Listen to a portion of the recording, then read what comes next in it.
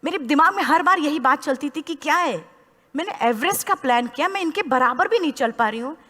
खुद से संकल्प लिया कि कोई बात नहीं, एक दिन ऐसा आएगा कि मैं इनसे पहले जाऊंगी। और आपको शायद यकीन ना हो, आने वाले 8 महीने बाद पूरा का पूरा वेट उठा के बेस कैंप से साथ निकलते और टॉप पे पहले पहुंचते। ऐसे करके देखते थे कि अरे ये लोग तो पीछे। खुशी होती थी। उससे भी ज़्यादा मुझे खुशी तब होना शुरू हुआ जब वो सारे लोग आके मुझसे ये पूछते, मैडम खाते क्या हो, बता दो, पैर नहीं है फिर भी कैसे चलते हो। उसके बाद पूरा मुझे स्पॉन्सरशिप मिला। मैं जब एवरेस्ट के लिए गई, मेरे लिए सबसे बड़ा एवरेस्ट की जर्नी में मेरे सबसे बड़ा चैलेंज यही था कि दूसरे को समझा पाना। मैं नहीं समझा पाती कि भाई मैं कर सकती हूँ।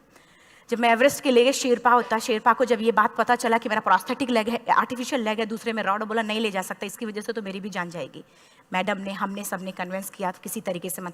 वाकई में जो टीवी में हम और उसमें फोटोज में देखते हैं ब्लू और ग्रीन आइस, हिला देने वाला होता, जितना सुंदर दिखता उतना ही हिला देने वाला होता। जब मैं हमारे ग्रुप में 6 लोग थे, रॉकी एरिया तक मैं सबसे पहले थी, लेकिन जैसे ही मैं ग्रीन और ब्लू आइस में गई, मेरा आर्टिफिशियल लेग स्लिप कर जाता था। फ्रंट पॉइंटिंग से, जब मैं फ्रंट क्रैम्पोन से फ्रंट पॉइंटिंग मारती थी, लेफ्ट से पेन होता था तब भी करते, लेकिन आर्टिफिशियल जैसे फ्रंट पॉइंटिंग मूव हो जाता, मेरा पैर ही मूव हो जाता था। शेरपा मुझे बोला नहीं हो सकता अरुणिमा, जबरदस्ती मत करो। मैंने कहा कुछ नहीं, ये मेरा पैर है, मैं जानती हूँ कैसे चलेगा। फाइनली 1 2 बार 3 बार करने, 4 बार 5 बार होल हो जाता था, आइस थोड़ा टूट के निकलता था, तो मैं वहाँ पैर रख के जाती थी। कैंप 3 तक ठीक था, प्रॉपर एक्लेमेटाइज किया अपने आप। कैंप 3 तक जनरली गए। बात जब कैंप 3 के ऊपर की होती है, साउथ कोल समिट, अच्छे माउंटेनियर, अच्छे दिलेर के हौसले धरे के धरे तब रह जाते हैं जब अपनी आंखों के सामने किसी को मरता देखता है, और दिमाग में बात, जब जिसको डिसीजन मेकिंग, और जब दिमाग में बातें जब ये आने लगती हैं कि अरे जिस चीज़ के लिए हम जा रहे हैं उसी चीज़ के लिए आदमी मर रहा है, इसी चीज़ के लोग लिए मर चुके हैं। रात में क्लाइंबिंग, ज़्यादा से ज़्यादा माउंटेनिंग रात में की जाती है क्योंकि वेदर शांत होता है। जब मैं रात में निकली साउथ कोल से, कैंप 4 से, मेरी हेडलाइट जिधर ही हेडलाइट जा रही थी उधर ही डेड बॉडीज मुझे नज़र आ रही थी। मेरे रोंगटे खड़े हो रहे थे, मुझे समझ में नहीं आ रहा था कि मैं करूं तो क्या करूं। इतना ही नहीं, मैं जिस रोप में थी उसी रोप में जब मैं आगे जा रही हूं और एक बांग्लादेशी, उनका हाथ हल्का हल्का ऐसे हिल रहा, मुंह से आवाज आ रही थी। मैं एक्सप्लेन नहीं कर सकती मुझे कितना डर लग रहा था।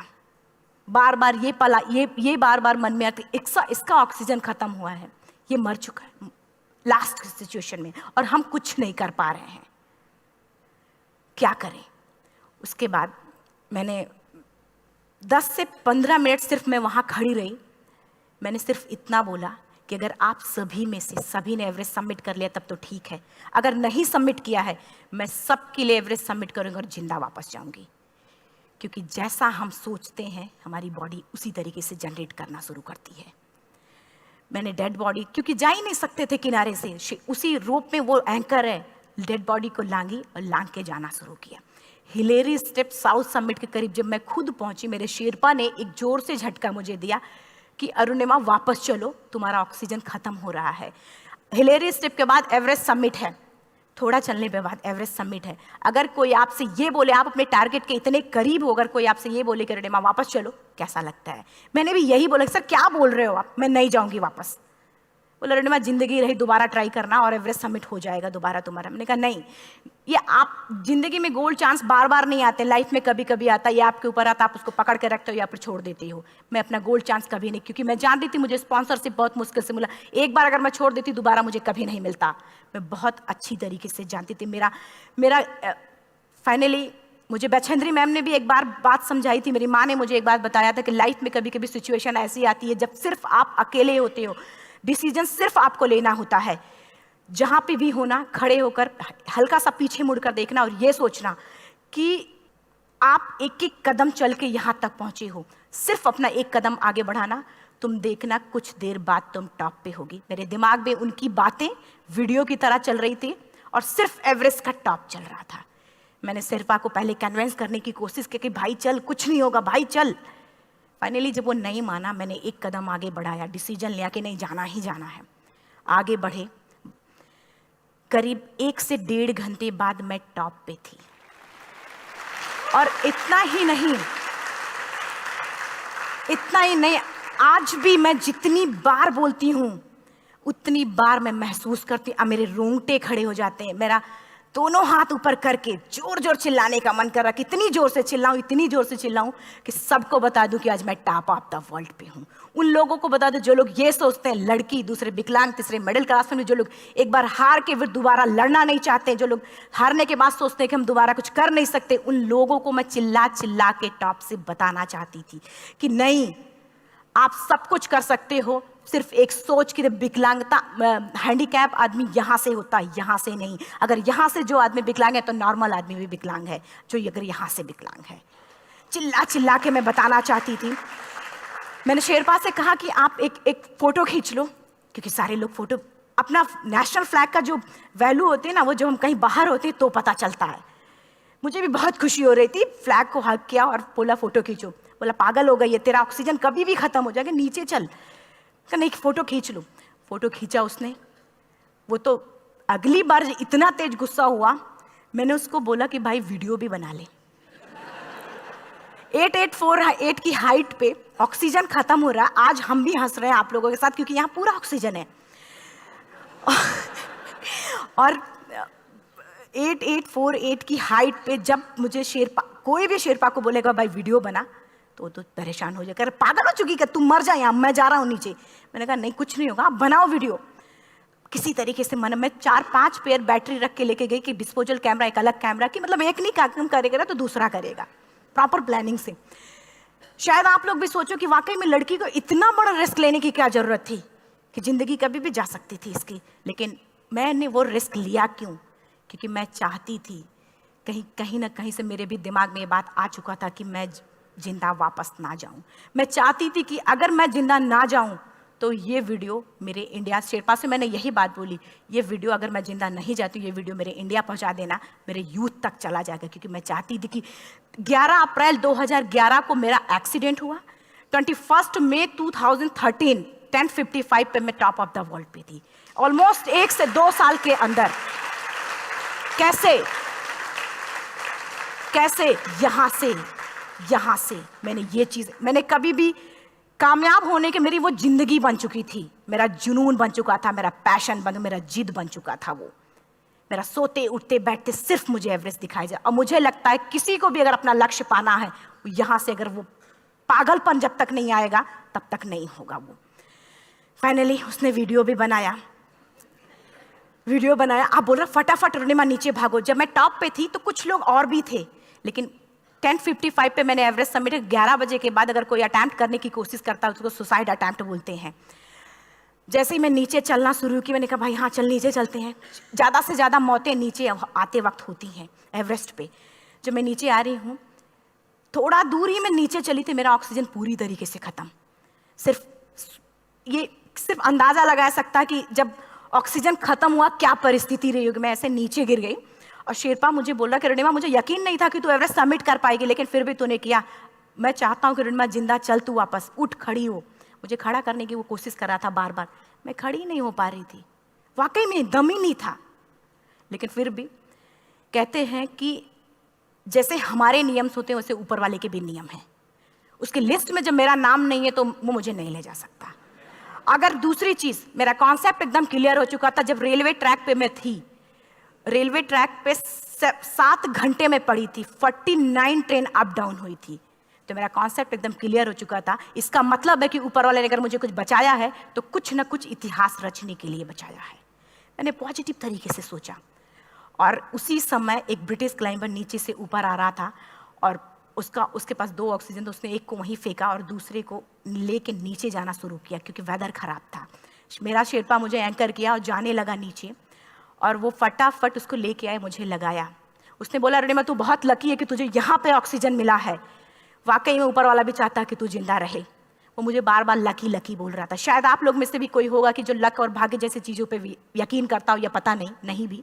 मैं किसी की भावनाओं को ठेस नहीं पहुंचाना चाहती, लेकिन मैं इन किसी भी चीज़ों पे भरोसा नहीं करती, क्योंकि मेरा मानना है कि लक भी उसी का साथ देता है जिसके अंदर जीतने का जज्बा है।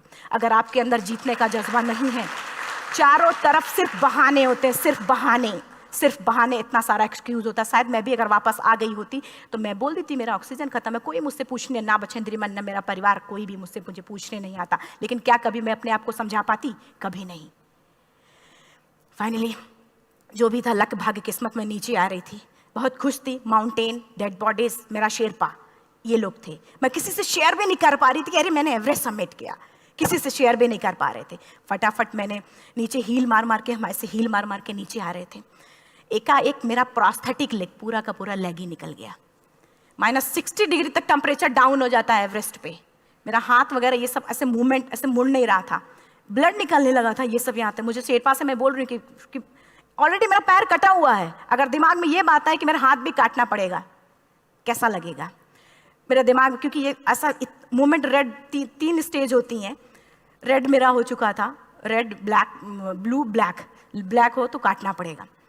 तो बार बार मैं बोल रही हूँ शेरपा से कि भाई हाथ मेरा कुछ हो रहा है, इसमें मूवमेंट नहीं हो रहा है, यहाँ सबसे ब्लड हो रहा है। बोला अरुणिमा कुछ नहीं, जितना नीचे जाएंगे उतना अच्छा होगा।